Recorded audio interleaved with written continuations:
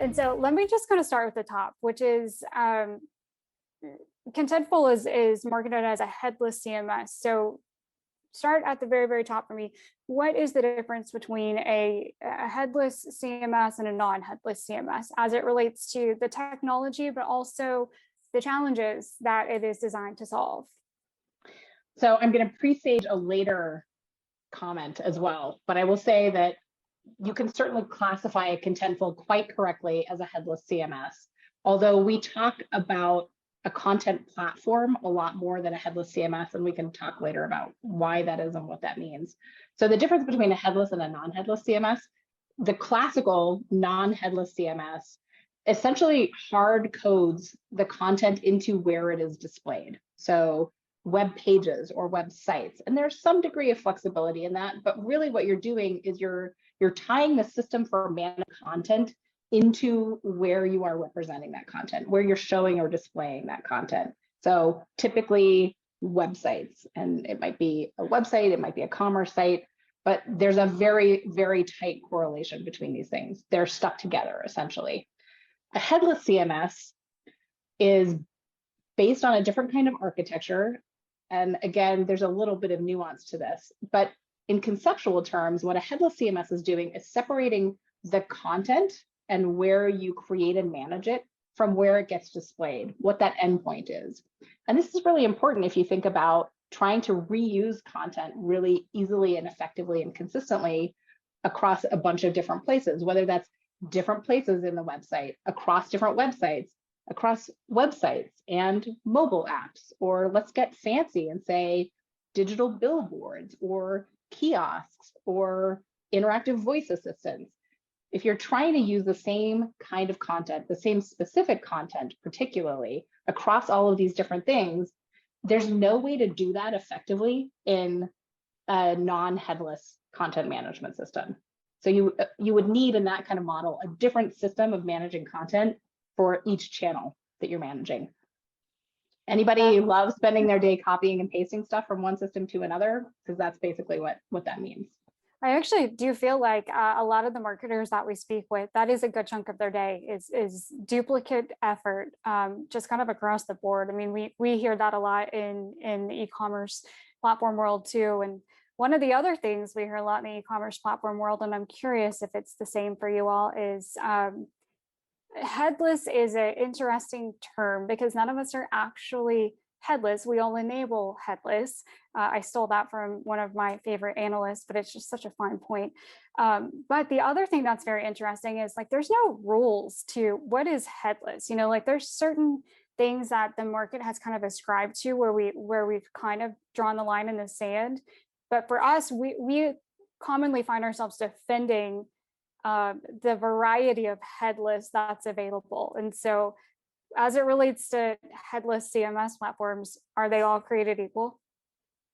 So the short answer is no, but I'm going to tackle one thing that you touched on before I get to why they're not all created equal. And that is, there's a conceptual challenge here. You were talking about enabling headless as opposed to actually being headless. This is like, if you want to get really sort of high-minded and arty and philosophical about this, it's kind of like the philosophical question of, can you imagine form without substance or substance without form? You know, you can think of what a banana is without physically having a banana, but can you think about what matter is without it taking a form of banana? It gets kind of hard, right? And this is kind of the conceptual challenge that we have with headless CMS, because anybody who's a content creator knows it's incredibly difficult to think about creating or modifying content in the absence of where it's going to go, where it's going to be displayed. And yet that's exactly what we're trying to do to a certain extent in headless content systems. So the way that we manage around that is a couple of things. One is having an editorial interface that makes it easy and straightforward to understand what you're creating and what you're managing and what you're managing to. And the other is a preview, or in some cases, even ways of managing that stuff visually to understand where it's going. And I think this is where it gets challenging for content creators, because it's really easy to think in terms of a web page. It's much harder to think in terms of a hero image that might live in a bunch of different places, not all of which are on a web page, right? So This is where we need to change our kind of mental model as content people about how we're creating it and what we're creating it for. And also in some cases recognize that we're not necessarily creating something that's going to live absolutely everywhere. So it does get a little bit complicated from that kind of mental model standpoint. So coming back to your question about whether all headless CMSs are created equal, very definitely not. There are at least two different camps that are important here. One is things that are natively headless. And what that means is systems that are designed around an API first architecture. So APIs are what allow you to pull content from wherever it exists and publish it to whatever endpoint it's going to. Again, website, commerce site, mobile app, fill in the blank,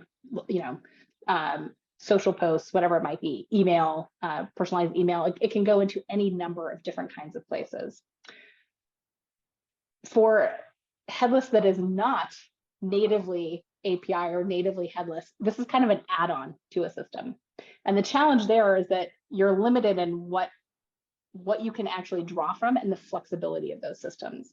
So if we come to the native API, the native headless CMSs, there's still a tremendous variety here.